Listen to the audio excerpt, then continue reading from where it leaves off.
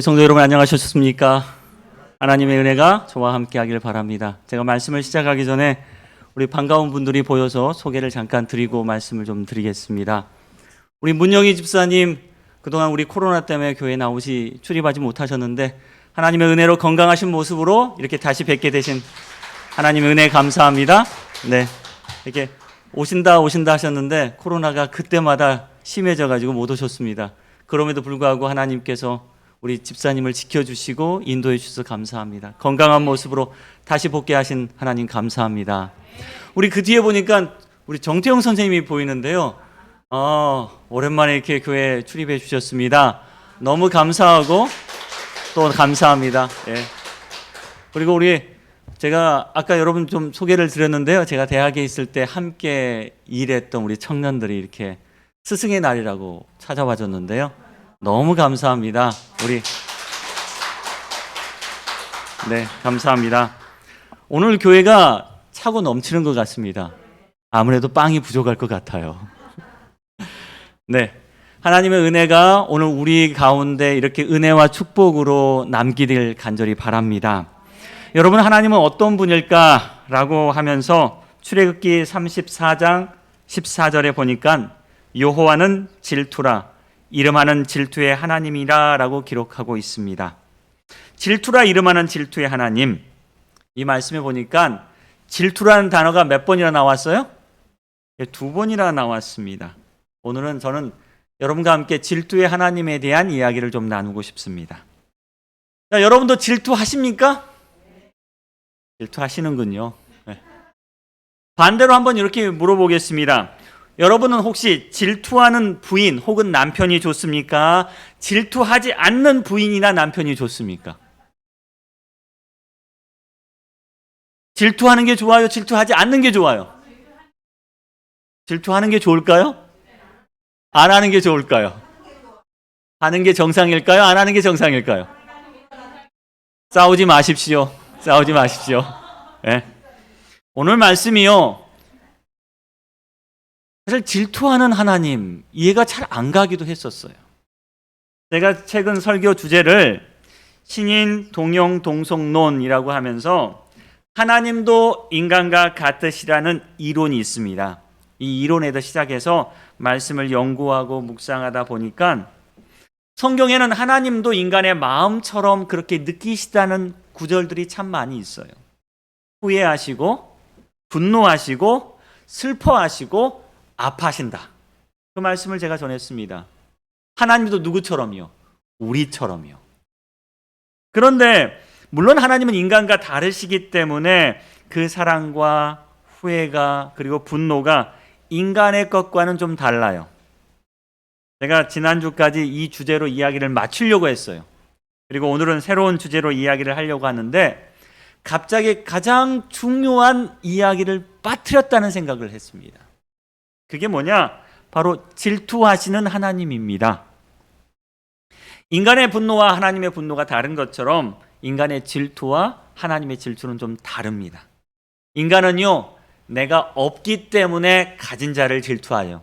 근데 하나님께서는요, 모든 걸 가지고 있기 때문에 질투할 필요가 없다고 생각하시는데 하나님도 하나님의 가진 걸 빼앗길 때 뭐 하시냐면 질투하십니다. 저는요, 하나님께서 인간을 향해 질투를 느끼신다는 사실 때문에 하나님께 감사했습니다.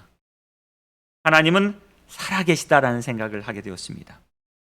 자, 성경에는요, 질투에 관한 하나님의 감정에 대해서 많이 표현되고 있습니다. 여기 두 가지 성경절을 한번 보시겠습니다. 출애굽기 20장 5절에는요, 뭐라고 하나님을 표현하냐? 내 하나님 여호와는 질투하는 하나님인즉이라고 표현하고 있습니다. 성경에는 하나님의 품성과 본질에 대하여 종종 이렇게 표현합니다. 나는 어떤 하나님이다? 질투하는 하나님이다. 대충 세보니 이 구절이 몇 번이나 나왔을까 봤더니 70번 이상 나와요. 70번 이상 하나님은 질투하신다라는 말씀을 언급하고 있습니다. 이 질투라는 감정은요, 분노보다 더 세밀하고 더 자세하고 깊은 감정입니다. 저는 그래서 이 질투에 대해서 좀 더 보고 싶었어요. 하지만요, 인간이 가진 질투는 좋은 감정이에요, 나쁜 감정이에요? 나쁜 감정이에요. 그래서 마가복음 7장에 보니까 이 인간 속의 마음의 질투는 매우 부정적인 것이고 우리의 마음을 더럽게 하는 것이다 라고 소개하고 있습니다. 여러분, 우리가 아는 많은 성경의 인물은 뭐 때문에 망했어요? 질투 때문에 망했어요. 한번 이름을 대볼까요? 자, 아담과 하와가 왜 망했느냐? 사단이 말했어요. 야, 이 선악과 먹으면 뭐처럼 될 것이다? 하나님처럼 될 것이다. 지금 누구에게 질투를 느끼기 시작합니까? 하나님에 대해서 질투를 느끼기 시작하면서 선악과를 후딱 따먹어 버립니다. 자, 그의 아들 가인은 누구한테 질투를 느꼈어요? 아벨 동생에게 질투를 느꼈습니다. 그 질투가 뭐까지? 살인에까지 이르게 합니다. 아브라함의 아내 사라는요, 누구에게 질투를 느꼈는지 아십니까? 예, 그종 여종 하갈에게 질투를 느낍니다. 여러분, 하갈이 예뻤을까요? 사라가 예뻤을까요? 사라가 훨씬 예뻤을 거예요. 그럼에도 불구하고 그는 질투를 느낍니다. 야곱은요, 그 형 에서에게 질투를 느꼈습니다. 왜? 장자니까.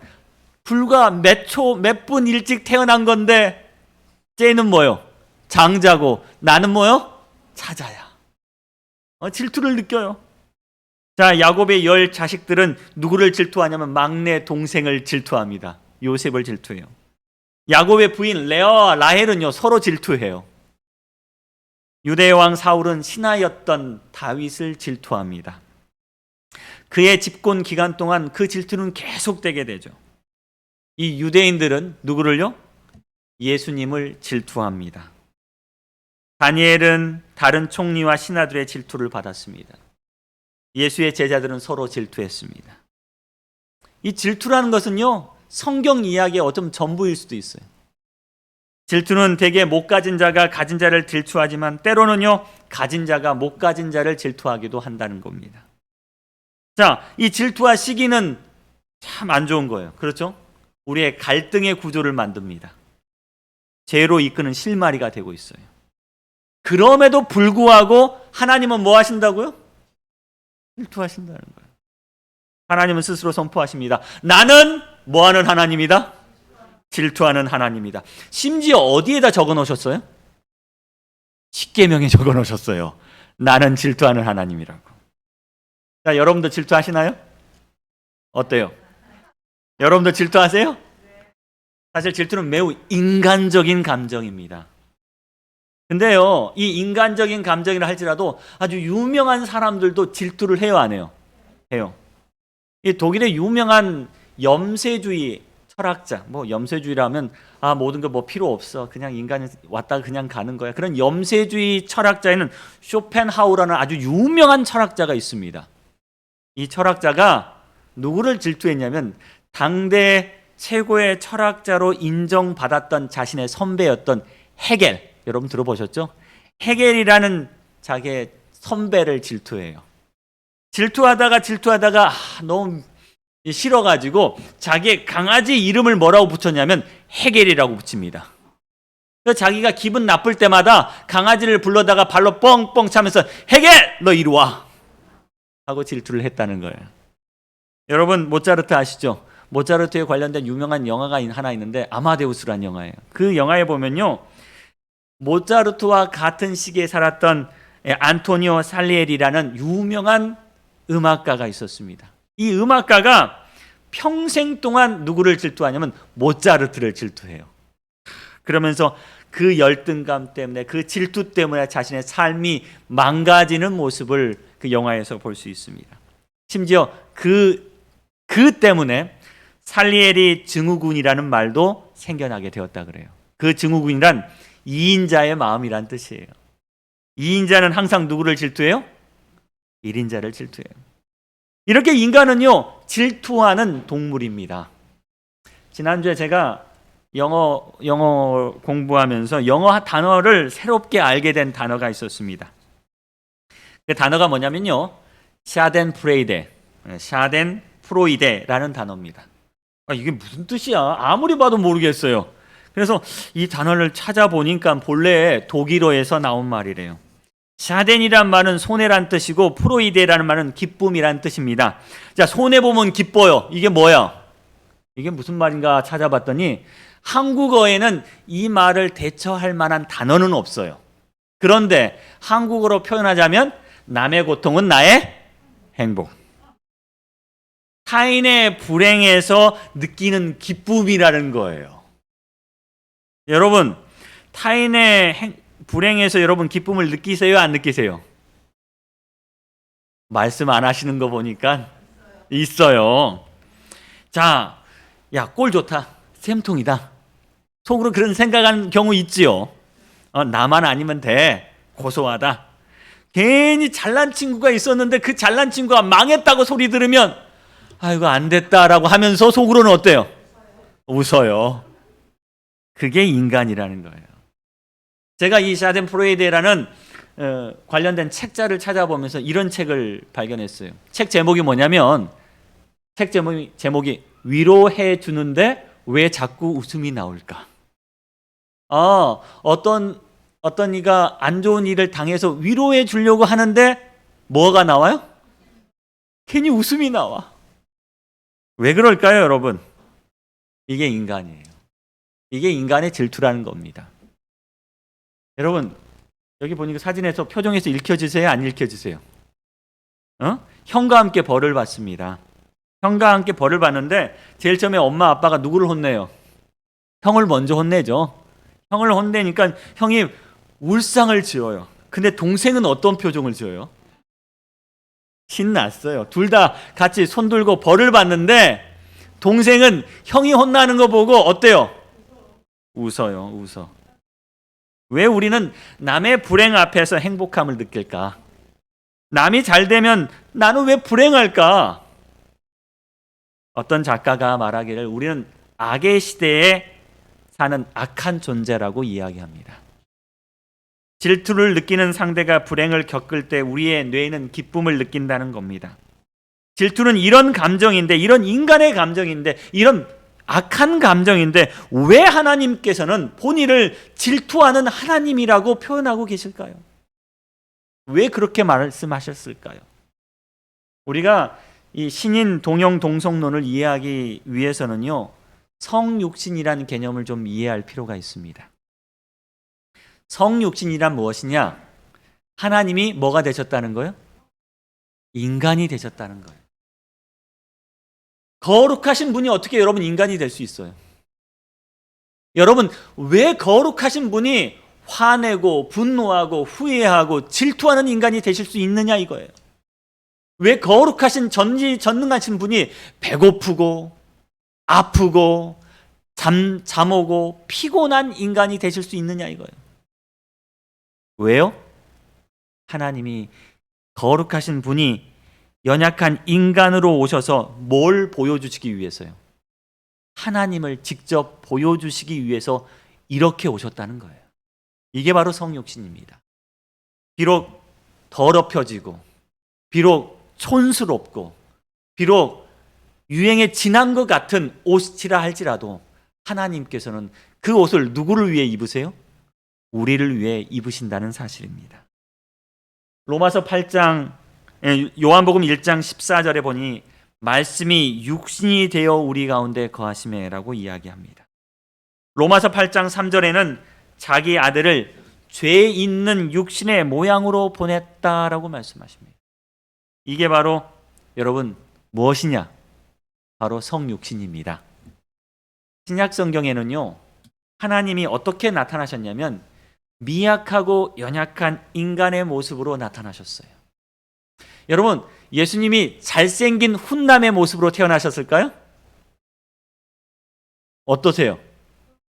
그럴 것 같은데 여러분 이게 오해예요. 예? 사진들 보면 잘생기게 보이죠? 그게 아니래요. 예수님이 보잘것없고 흠없고 잘생긴 것이 전혀 없는 그런 인간으로 오셨대요. 얼굴은 까무잡잡했을 거고요. 머리는요 곱슬이었을 거고요. 키는 좀 크셨다는데 왜 이렇게 그런 인간으로 오셨을까? 그렇지만 인간은 신약 성경에는 그렇게 미약하고 부족한 인간의 모습으로 오셨고, 구약 성경에는요, 예수님께서 인간의 언어로 오세요. 인간의 언어를 가지고 하나님은 표현하신다는 거예요. 사실 인간의 언어는 모든 것을 표현하기 불가능합니다. 하나님의 오묘한 진리를 인간의 언어로 표현하는 건 이건 불가능해요. 하나님께서 우리를 얼마나 사랑하시는지에 대해서 인간의 언어로 표현할 수 있어요, 없어요? 여러분, 없어요. 그래서 우리가 흔히 연애할 때 당신 나 얼만큼 사랑해? 라고 물으면 우리는 뭐라고 이야기해요? 할 말이 없어지잖아요. 그렇지 않아요? 왜? 내가 얼만큼 사랑하는지 표현할 수 없거든요. 그래서 항상 이렇게 요만큼 빼고 다 사랑해 라고 이야기합니다. 하나님의 오묘한 진리를, 하나님의 사랑을 표현하는 방법은 없어요. 그래서 하나님께서는 인간의 단어를 선택하십니다. 그 중에 택한 단어가 바로 질투입니다. 질투. 좋은 이미지가 아닐 수 있어요. 그럼에도 불구하고 하나님께서는 그분의 사랑을 표현하기 위해서 질투라는 단어를 사용하십니다. 인간에게 그분의 열정을 보여주기 위해서 질투라고 말씀하십니다. 그분께서 얼마나 사랑하는지, 인간을 사랑하는지 알려주기 위해서 말씀하십니다. 인간에게 얼마나 너희 때문에 괴로운지 알려주기 위해서 말씀하십니다. 인간에게 그분이 얼마나 너 때문에 속상한지 알려주기 위해서 말씀하십니다. 주님께서는 그분이 여전히 살아계신다라는 것을 보여주기 위해서 질투를 사용하십니다. 그분께서 지금도 당신을 사랑하기 때문에 질투라는 말씀을 하신다는 거예요. 비록 인간의 미천한 언어이지만, 행동이지만 그 언어와 행동으로 주의 사랑을 나타나시려고 하신다는 겁니다. 여러분, 차미가 잘 부르시죠? 제가 퀴즈 하나 내겠습니다. 여기 차미가 가사 중에 땡땡 땡땡 땡땡 땡땡 이 부분에 들어갈 가사는 무엇일까요? 뭐 할 수 없어요? 형용할 수 없다는 거예요. 형용할 수 없다. 맞습니다. 인간이 아무리 아름다운 언어라 할지라도 하나님의 사랑을 다 표현할 수가 없어요. 형용할 수 없어요. 그래서 하나님은 미약한 언어라도 주의 사랑을 표현하기 위해서 어떤 말을 쓰셨냐면 질투라는 말을 사용하신 겁니다. 후에 분노라는 말을 사용하십니다. 너무 극단적이게 보여. 하지만 이 극단적인 표현을 통해서 하나님의 생동감 있는 감정을 이야기하고 싶었던 거예요. 여러분, 하나님의 질투라는 단어 속에는 어떤 의미를 담고 있을까요? 이 히브리어에 사용된 질투는 바로 카나라는 히브리어입니다. 이 단어가 형용사로 쓰이기도 하고 명사로 쓰이기도 하고 이렇게 여러 가지 쓰이면서 한 70여 번 하나님의 질투에 대해서 이야기하고 있습니다. 그런데요, 이 번역 가운데는 이 질투를 뭐라고 번역하기도 하냐면 열정이나 열심이나 열성으로 번역하기도 합니다. 질투가 항상 나쁜 쪽으로 가는 것은 아니라는 거예요. 하나님의 질투가 나쁜 쪽으로만 가지 않아요. 인간의 감정 질투는 어때요, 여러분? 질투하면 어느 쪽으로 가요? 나쁜 쪽으로 가요. 왜? 우리는 우리의 감정을 뭐 하지 못해요? 컨트롤하지 못하기 때문에 한번 질투라는 감정을 가지면 어때? 괜히 미워. 괜히 싫어. 이쁜 짓 아무리 해도 싫어. 그게 인간의 감정이에요. 그런데 하나님께서는요, 이 질투라는 감정을 가지고 좋은 쪽으로 표현을 하세요. 때로는요, 이 자극이 하나님의 나태함, 어쩌면 하나님이 더 사랑하게 만든다는 거예요. 인간을요. 그런 면에서 열정, 열심, 열성은 질투의 또 다른 면이 될 수 있습니다. 사실 인간도 누군가 질투하면 더 열심히 하려고 뭐예요? 노력하는 사람 있지 않습니까? 하나님의 질투 속에는 이런 마음이 있습니다. 한번 보십시오. 에스겔 39장 25절 말씀입니다. 내가 이제 내 거룩한 이름을 위하여 열심을 내어 야곱의 사로잡힌 자를 돌아오게 하며 이스라엘 온 족속에게 사랑을 베풀치라. 여기서 질투란 단어가 쓰인 곳이 바로 뭘 내요? 열심을 내요 라고 이야기합니다. 이사야 37장 32절도 이런 말씀을 있습니다. 이는 남은 자가 예루살렘에서 나오며 피하는 자가 시온산에서 나올 것임이라. 만군의 여호와의 뭐가요? 열심히. 이걸 다른 말로 하면 질투가라고 할 수 있다는 거예요. 그분의 질투가 열심히 우리를 어디서요? 남은 자가 되게 할 것이라는 거예요. 이사야 26장 11절 말씀, 백성을 위하여 주의 뭘 보면요? 열성을 보면 부끄러워할 것이라 불이 주의 대적들을 사르리라. 이 바로 열성이 바로 질투입니다. 뭐 이렇게 한 성경에 보면 대여섯 곳에서 열성, 열심, 열정으로 번역됩니다. 주님은요, 두 가지 면에서 열성을 내십니다. 첫 번째는요, 하나님의 백성, 그분의 백성을 괴롭히는 악인들을 벌하는데 뭘 내냐면 열심을 내세요. 두 번째는요, 하나님을 사랑하고 경외하는 자를 사랑하는 데 있어서 열심을 내세요. 곧 열심히 자기 백성을 지키거나 또 열심히 자기 백성을 괴롭히는 자를 벌주시거나. 하나님의 질투는 그분을 열정적으로 만듭니다. 하나님의 질투는 그분을 움직이게 만들고 열심 있게 하고 미치게 만든다는 거예요. 여러분, 인간의 질투도 집중하게 하고 열심 있게 합니다. 인간이 사랑하기 시작하면 뭐하기 시작하면 집요해지기 시작해요. 그래서 사랑하는 사람에게는 계속 뭐 해요? 연락을 해요. 아주 지겨울 정도로 연락을 해요. 그렇죠, 여러분? 저희 집사람이 일 나가서 저한테 매일 화장실 갈 때마다 연락을 해요. 저를 감시하는 것 같아요. 여러분, 질투하기 시작하면요, 빠져들기 시작합니다. 피곤해요. 예. 여러분, 우리 하나님께 여러분 피곤함을 좀 느끼십니까? 하나님께서도 그분의 백성을, 그분의 백성이 피곤하도록 사랑하고 계시다는 거예요. 됐죠? 두 번째, 질투라는 단어는요, 이 질투라는 단어가 자주 쓰이는 곳이 한 군데가 있는데 성경에 보면 우상숭배 나오면 질투가 나옵니다.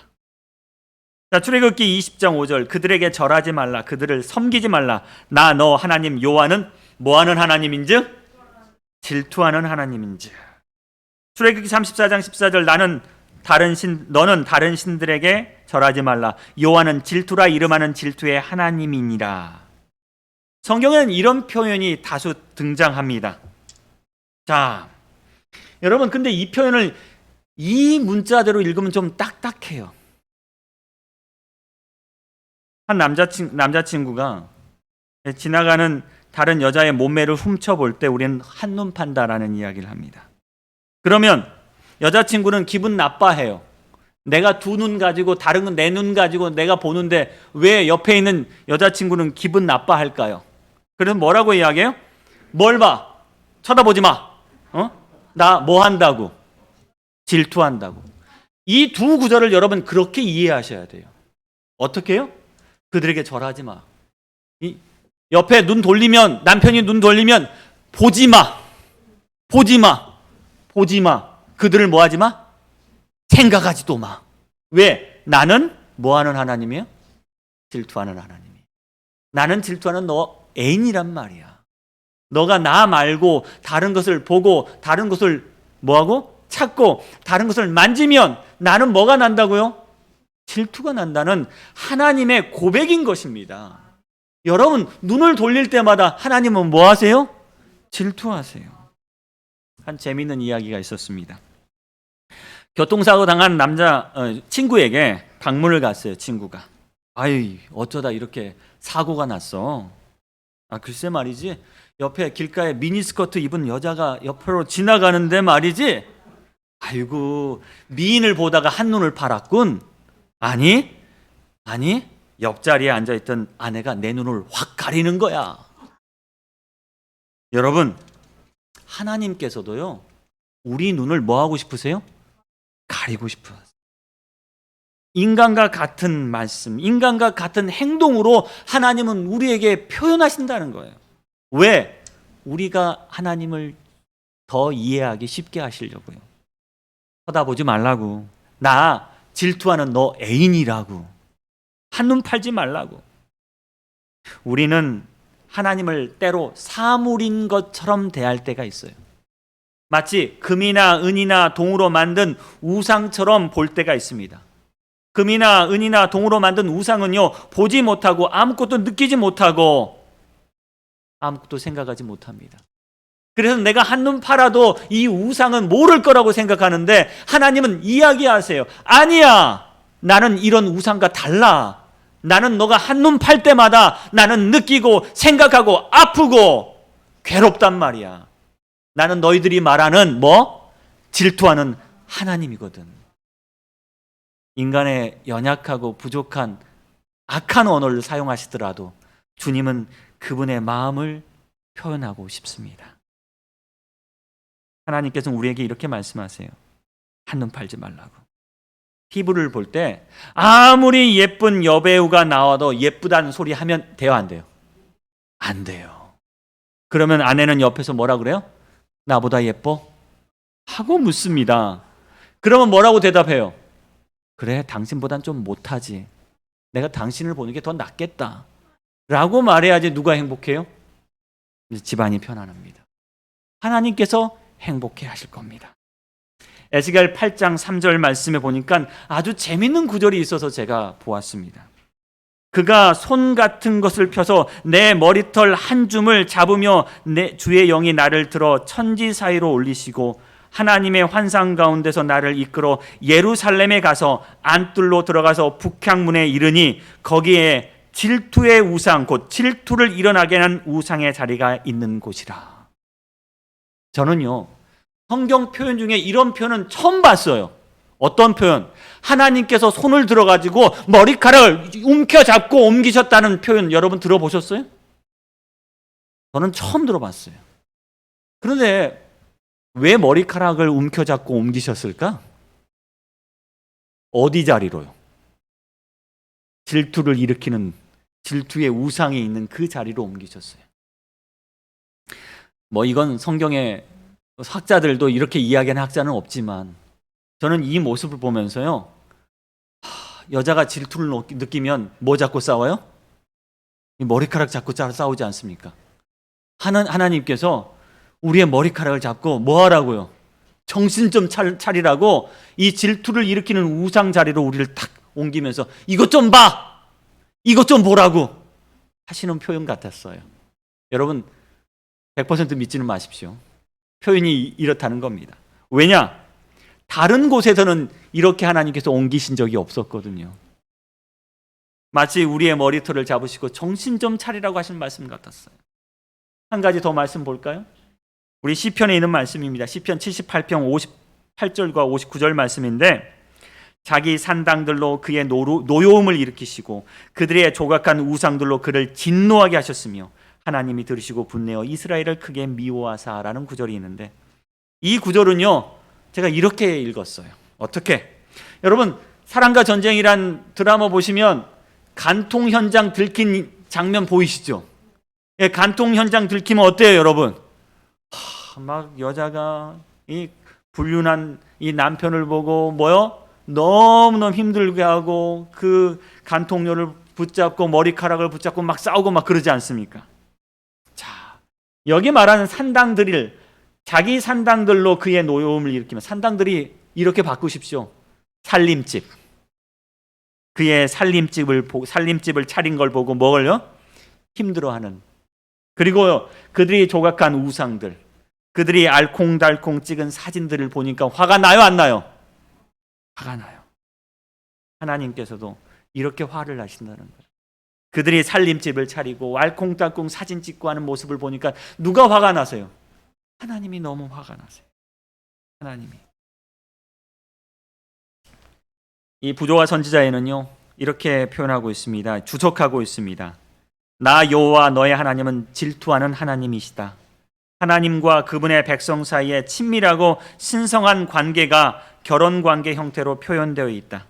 우상 숭배는 영적 간음으로 그것에 대하여 하나님의 불쾌히 여기심을 질투라고 표현하는 것은 매우 적절한 말이다. 하나님께서는요 우리가 딸 살림 차려놓고 두 집 살림하는 거 뭐하게 생각하세요? 불쾌하게 생각하신다는 겁니다. 여러분 우리가 어디예요? 오직 주님께 우리의 사랑을 드리게 되길 간절히 바랍니다. 성경은 하나님의 질투에 대해서 아주 분명하게 소개하고 있습니다. 마치 인간의 질투와 닮아 있는 것처럼 소개합니다. 나홈서 1장 2절에는 여호와는 질투하시며 보복하시는 하나님이시라.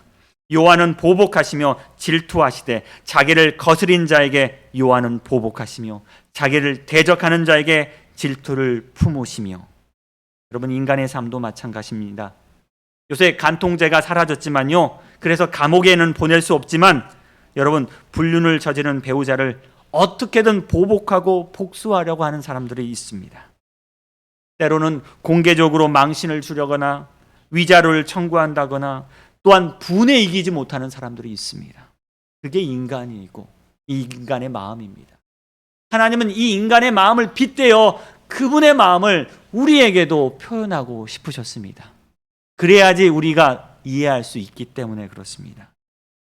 하나님께서도 인간의 마음 속에서, 인간의 행동 속에서 그분의 사랑을 표현합니다. 질투하는으로 번역된 이 단어의 어원은 사랑, 열심, 분노 등과 같은 감정으로 얼굴색이 격렬히 변하다라는 뜻을 뜻하고 있습니다. 그분은 본성상 하나님은 그렇게 하지 않을 수 없습니다. 어떻게 하나님께서 그분의 백성의 애정을 다른 신들과 공유할 수 있겠습니까?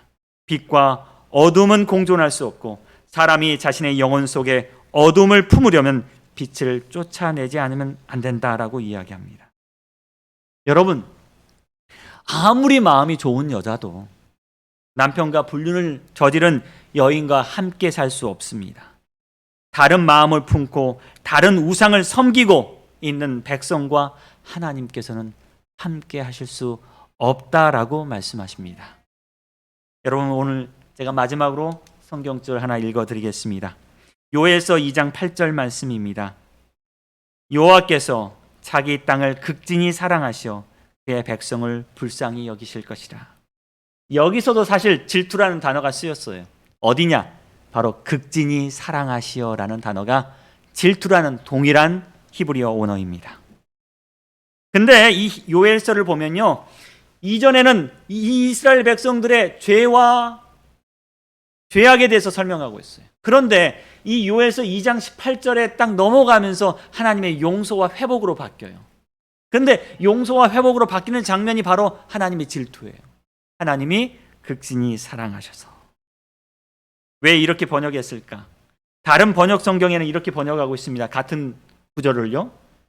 해번역 성경에는 땅이 당한 일로 뭐가 아파요? 마음이 아파하시고 당신의 땅 생각에 가슴이 타고 자기 땅을 위하여 중심이 뜨거워서 그분 땅에 열정을 가지시고. 이것이 바로 하나님의 질투라는 겁니다. 여러분, 가슴 아파하시고 가슴이 타고 중심이 뜨겁고 열정을 가지시고 주님은 여러분을 사랑하시려고 합니다. 이것을 표현하고 싶었어요. 이것을 말하고 싶었어요. 그래서 주님은 나 질투하는 하나님이다 라고 말씀하고 계시다는 겁니다. 언약의 땅이 누구에게 넘어가요? 이방 사람들에게 넘어가요. 우상 숭배로 하나님의 영광이 다른 우상들과 공유되고 있어요. 하나님은 도저히 참으실 수 없는 겁니다. 그래서 그분의 마음이 뜨거워지기 시작해요. 이 백성을 향한 그분의 질투가 뜨거워지기 시작해요. 그분의 사랑이 뜨거워지고 가슴이 타고 열정이 생기기 시작합니다. 그 열정이 어떻게 돼요, 여러분? 백성을 불쌍히 여기셨다라고 이야기합니다.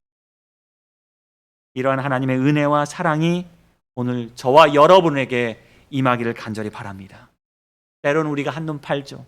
때로는 다른 짓 하죠. 때로는 하나님께 온전히 헌신하지 아니하지요. 때로는 우리가 다른 곳에 더 집중하지요. 때로는 두 집 살림 하지요. 그럴 때 주님은요, 우리를 향해 가슴이 뜨거워지십니다. 여러분, 이 요엘서 2장 8절은요, 질투가 백성의 회개를 부른다라는 겁니다. 여러분, 하나님께서 우리를 사랑하시기에 질투하십니다. 그리고 그 질투가 우리를 회개케 한다는 사실 여러분 기억하길 바랍니다. 하나님의 질투의 장면을, 구절을 읽을 때마다 주의 뜨거운 사랑이 여러분에게 있음을, 보여주고 있음을 여러분 기억하기를 바라며 오늘 말씀 드리겠습니다.